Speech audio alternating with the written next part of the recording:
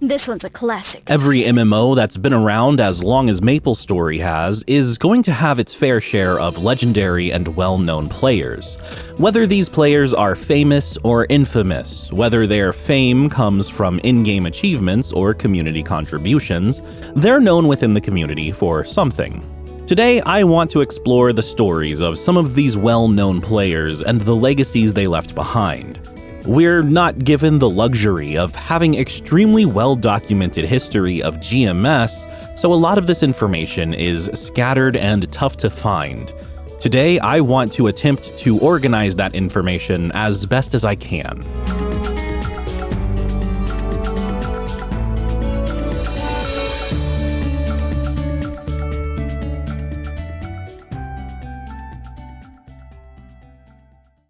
I'm always on the lookout for new MMOs. I love the genre. A while ago, I found this game on Steam called Eidolon, which is a unique blend of MMO and idle game. There's tons of stuff to do in Eidolon, and I love that about it. So when they approached me with a sponsorship offer, I immediately accepted. We all know that MMOs these days are quite different than what they used to be, and idle games are still relatively new. Eidolon combines the best of these genres to create a unique experience that's actually worth my time. There's nothing quite like starting up the game after a long day of work at the YouTube video mines and collecting my AFK gains from Eidolon for the day. A lot of MMOs I've played over the years lean really heavily into the grind, sucking away hours of your day while you watch a little EXP bar go up after manually killing enemy after enemy. I don't have time for that. There's video gold I gotta get from those mines. Eidolon allows me to still make forward progress on my account even when I'm not actively playing. Since the game is available on both iOS and Steam, I often find myself playing on my phone before bed, making sure I got enough oak logs that day that I can give them to the pig to level up my mining efficiency. And whenever I'm at my computer, I can just launch it through Steam and my account is seamlessly saved to the cloud, which is really nice. The pig's still there too. You can play Eidolon for free on Steam using the links posted in the description and the pinned comment. Thanks again to Eidolon for sponsoring this video. It's December 2006. GMS rankings were made available only a few months ago, and we see one player who is far ahead of everyone else in level, Tiger. GMS was only on version 33 at this time, and Deep Gorge was still the best training spot available. There was no fourth job, and Dragon Knights were arguably the highest tier class in the game. Tiger was level 170 in this screenshot. His closest competition was only level 166, which is a significant difference when players were getting at best 6 million EXP per hour training in Aqua Road. Tiger was ranked number 1 in GMS for a very long time. Through multiple metas and eras of the game, he reigned supreme. Unlike what we see in most other MMOs, where a top player's identity is usually revealed at some point, if it's not known from the start, Tiger's identity is still unknown to the masses.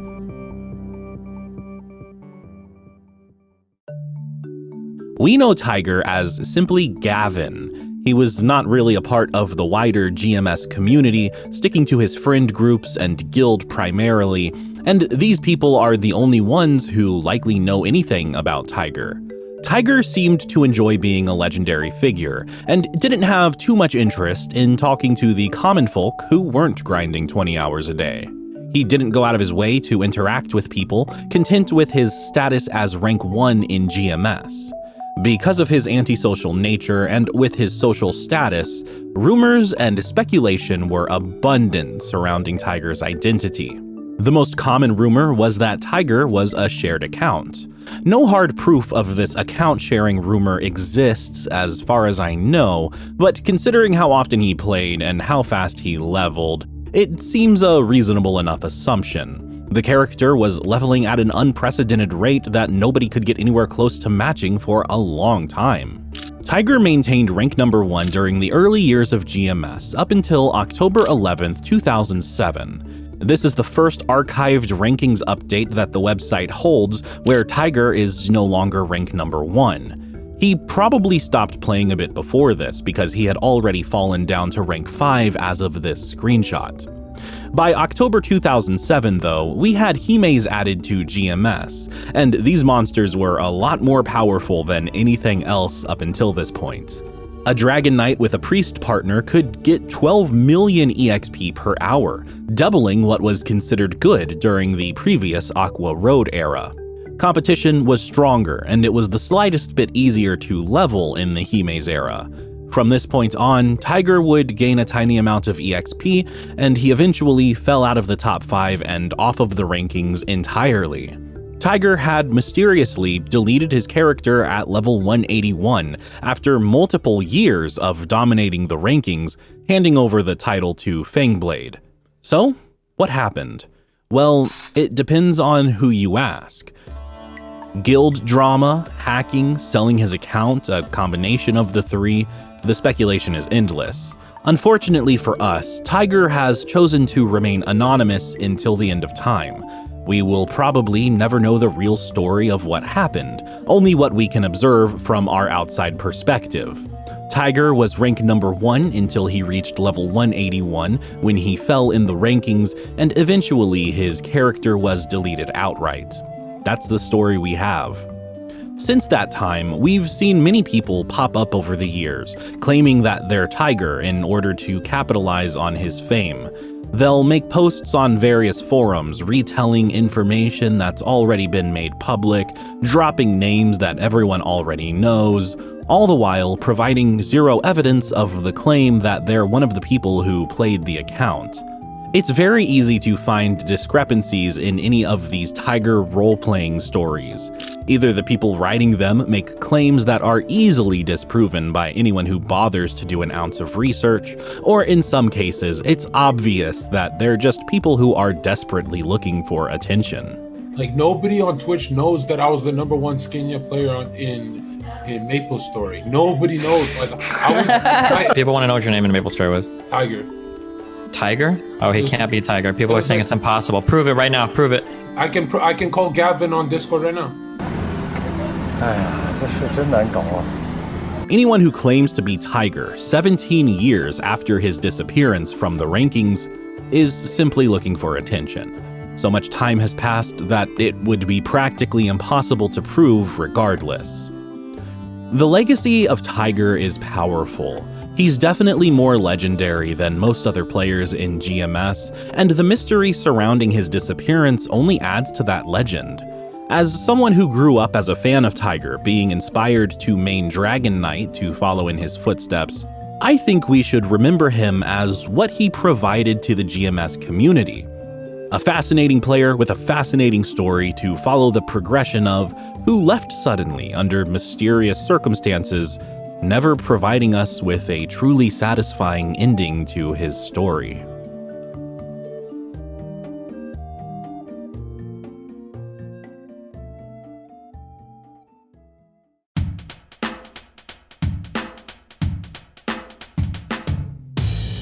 GMS Beta, late 2004 to early 2005, is an era I did not experience firsthand. There's a lot of lost information from this time. It was 20 years ago after all. These early days of GMS's beta are insanely hard to document, but one thing we do know through word of mouth is the story of Spearman. Spearman is the name of a very famous or infamous beta player who was constantly accused of hacking.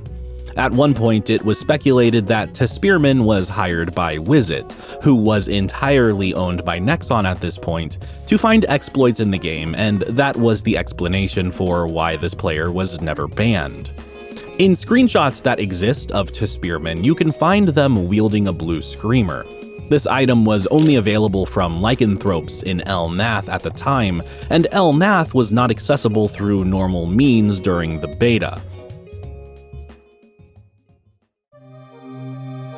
It was rumored that accessing Elnath was possible during the beta through some glitch involving either Happyville or the free market, so perhaps the explanation for Spearman's blue screamer lies within that glitch.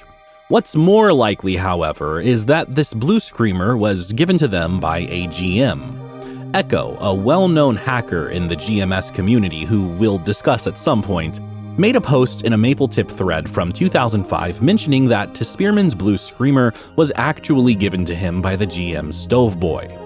This was during a discussion about GMs being able to give items to players, and this probably explains how beta players were able to get their hands on items that were normally unobtainable. Back in old school MapleStory, there were a few different types of notices that a GM was capable of sending out. There's a well-known incident where a GM sent out a server-wide pop-up notice that simply read, "To Spearman." Everyone who was online at the time received this mysterious notice, and they were all forced to acknowledge it before they were allowed to continue playing. This incident cemented To Spearman in the minds of beta players as someone noteworthy.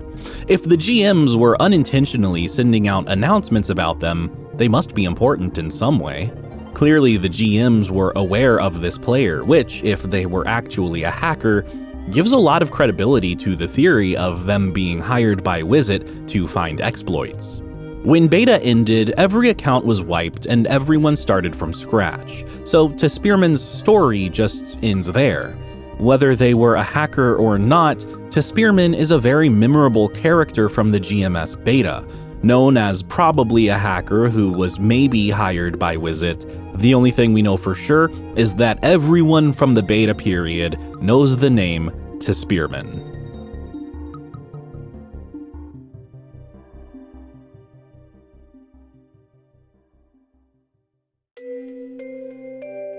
Curry I Shot. Curry is hot.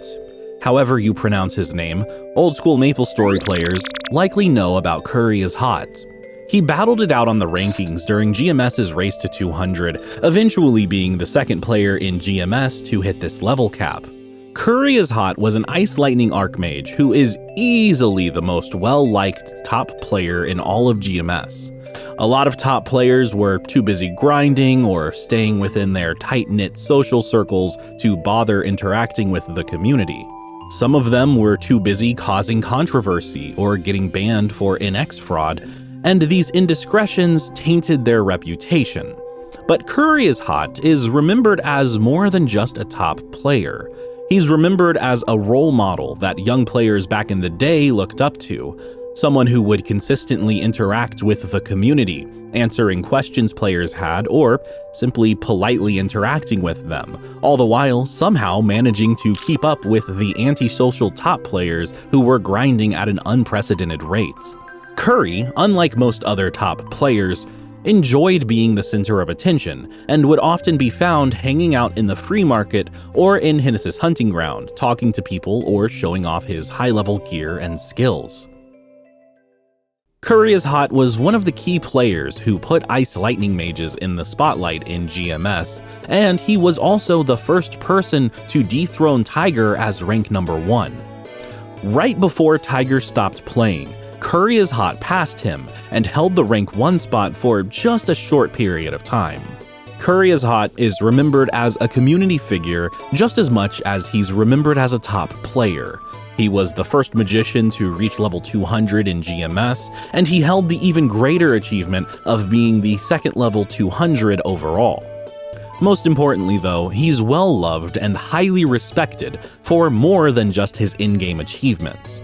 This, I believe, is the mark of a truly memorable player, one whose legacy we should cherish and remember.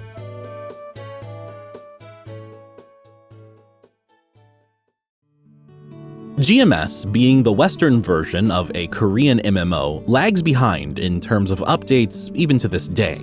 We usually know months in advance what content is coming to our version of the game, for better or worse. This isn't always necessarily the case, since we do receive updates from other regions as well, but usually the most impactful content came straight from Korea. There were a few sources of this knowledge given to us by community members who would translate the updates and let us know what was coming up next in GMS, and one of the most well-known users who provided this service is known as IumiLove. IumiLove is a name anyone from the old school MapleStory era will recognize.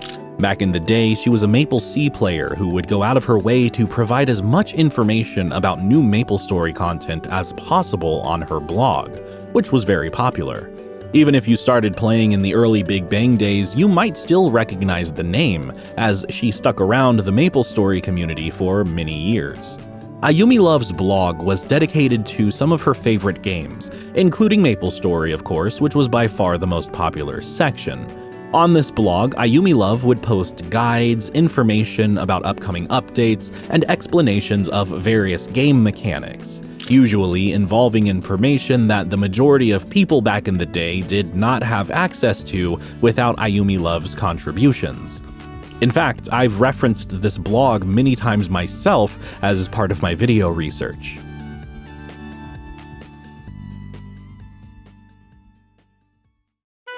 Ayumi Love would also put together a variety of videos of her own, some of which were your average mid-2000s video editing tutorials, but her most popular videos were the skill demonstration videos. Since Fourth Job was very new at the time, these videos were shared often and were very popular in the community. The editing style was unique and conveyed necessary information effectively, which made them extremely memorable to anyone who watched them. They showed off high-level players from various regions of MapleStory, which was super cool to see back then. Remember, we're talking about a time when most players were still stuck in Second Job after all. Even though this content was technically available to us, reaching Fourth Job back then was even harder and more time-consuming than reaching Sixth Job is in modern MapleStory. I recommend giving these videos a watch, especially if you like techno-trance music from the mid-2000s. The first of these skill demonstration videos was posted on May 10th, 2008 to YouTube. This was 4 months after the release of Fourth Job in GMS, though I recall it being posted earlier on her actual blog. These videos continued throughout the years all the way up until ARC was released, and this final skill demonstration video was posted on June 17th, 2018, almost exactly 10 years later. This isn't all she ever posted on her YouTube, though. Ayumi Love began dabbling in MapleStory M content shortly after this, and historically also made videos about MapleStory Flash games, among other things. I recommend taking a look at her channel, linked in the description, if you want to trip down memory lane. It's crazy how much MapleStory stuff is documented there, and how many memories I have watching these videos and being amazed at the cool high-level skills I'd probably never get to try out myself. Ayumi Love contributed a lot to MapleStory communities, even outside of just GMS, but there's too much to reasonably cover in this short video. Ayumi Love is a name that, in my opinion, should be synonymous with old-school MapleStory. If it wasn't for her efforts, a lot of old-school MapleStory content and fan games would have been completely lost to time.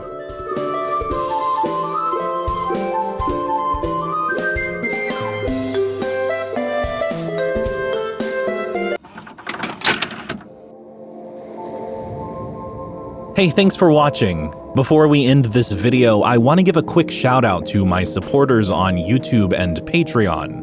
A lot of you have continued to support me for a very long time, and I greatly appreciate it. It means everything to me. In the big tier, we have Jerry L, Anonymous, Jacob, Mushba, Sock Ears, Joseph H, Ray From, Swirled, DJ Sammy, and Zilch Fox. If you want to support me, one of the best ways to do so is through Patreon or YouTube membership. You'll get a special role in my Discord server, access to my video schedule, future plans, and monthly updates, as well as my eternal thanks for allowing me to do what I love.